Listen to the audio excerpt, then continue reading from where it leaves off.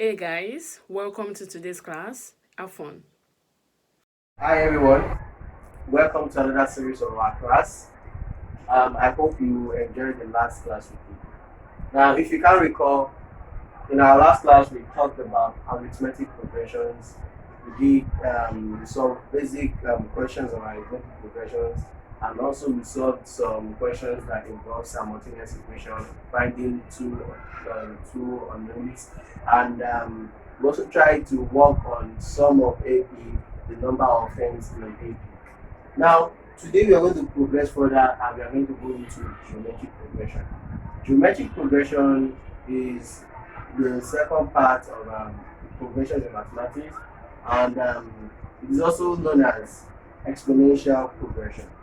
Now, what is a geometric progression? As you can see on the board, they said a geometric progression is a sequence in which for you to get the next element, after getting your first term, you have to multiply it by what? By a constant we call common ratio.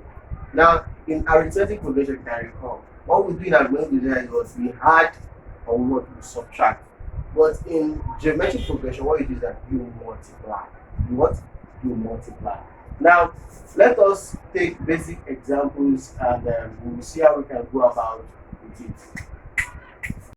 Now, let us look at this question on the board. The question says, find the common ratio of the geometric sequence 1, 3, 9, and what?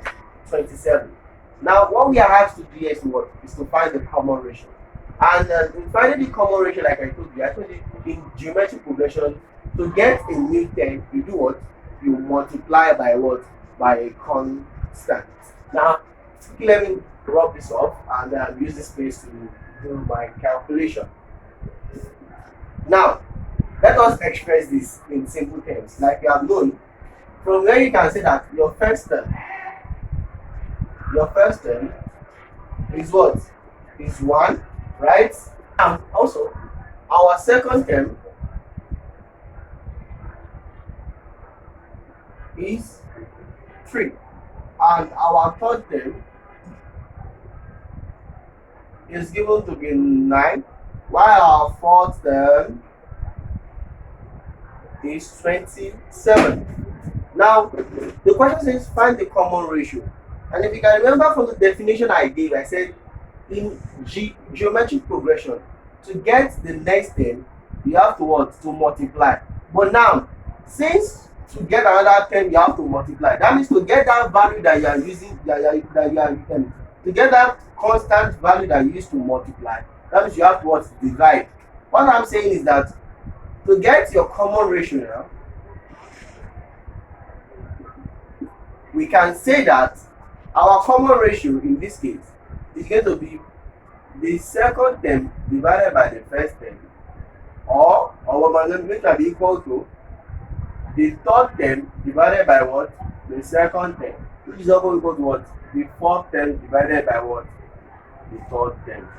That is, your common ratio is equal to, what is your second term? That is 3.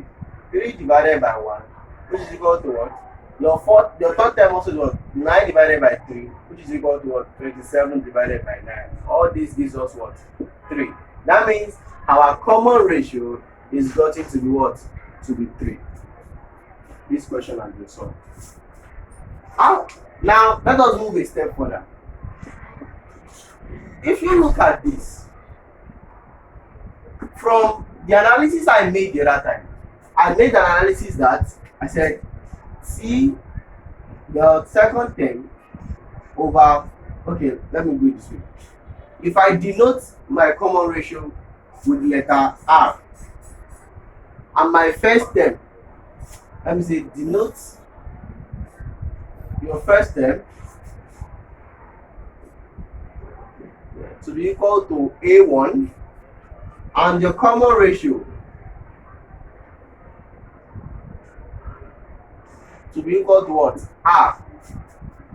Now, I said something before. From my last analysis, I said R, that's your common ratio, is equal to what? Your second term divided by your first term, right? Or your what? Or your third term divided by your second term, or what? Or your fourth term divided by what? Your third term. Now, that means if I am to do all this, whatever answer I'm going to get should give me what? Should give me my common ratio, which should be what? R. Now, there is now what we call the nth term of a geometric progression. If I say, relax, look at this. If I say my first term is equal to A, and I told you to get the term that will follow, according to my definition, you must multiply by what? By a constant, which is R. That means my second term should be what? If my first term is A1, my second term should be what? A times R. Abi? That will give me what? A1R. Are you with me? Also, it follows that my third term should be equal to my second term times R, right? And that will give me A1R times R, and that will give what? A1R raised to the power of what? 2. That means also that my fourth term should give me what? Should give me the third term multiplied by what? By the constant R. And that will also be equal to what? A1R raised to the power 2 times R, and that gives me what? A1R raised to the power 3. If I continue like this is equivalent to the fact that my nth term now will definitely be equal to what now? Will definitely be equal to what? Tn minus 1 times R. And that will give me what now? That should give me A1 R raised to the power n minus 1. This expression you are having is what we call the what? The nth term of a GP. That is, in a GP, the progression is always like this: A1 followed by what? A1R followed by what? AR raised to power 2, right? Followed by AR raised to power 3, like that. AR raised to power 4. We want to continue like that up to what? A1 R raised to power n minus 1. That is what we call geometric progression, and this is what? This is the nth term of a geometric progression. Also, I can say that my what? The sum of nth term of a geometric progression will be given to the what? Sn is equal to what? A1 into bracket 1 minus R raised to power n all over R, where your R was not equal to 1, because if you look at this expression, once R is equal to 1, that means this expression will be what? Undefined. However, there are certain situations whereby our common ratio is usually greater than 1. In such a case, this formula now is going to be re-expressed as this. That is, for this formula to hold now, here we have R is equal to what? Is not equal to 1, and R is what? Is less than 1, right? Now, for the second part of the equation, if for this formula to hold, you must say your Sn is equal to what? A1 into like what? Rn minus 1 all by what? R minus 1 minus R. I will confirm this, no problem. But that means this formula will hold when what? When your R is what? When your R is greater than 1. We will solve that later.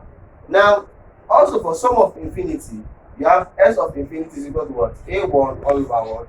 1 minus R. Where your A1 is what? Your first term, R is your common ratio, and N is what? Another terms. Check out the following questions. I want you to attempt these questions using the formulas I've treated earlier, and post your solutions in the comment section. I will join you later after 2 hours to review your answers and share the answers with you later. Thank you. I hope the class was interesting. If you have questions, please drop them in the comment section or send us an email. We will love to help you further. See you in the next class.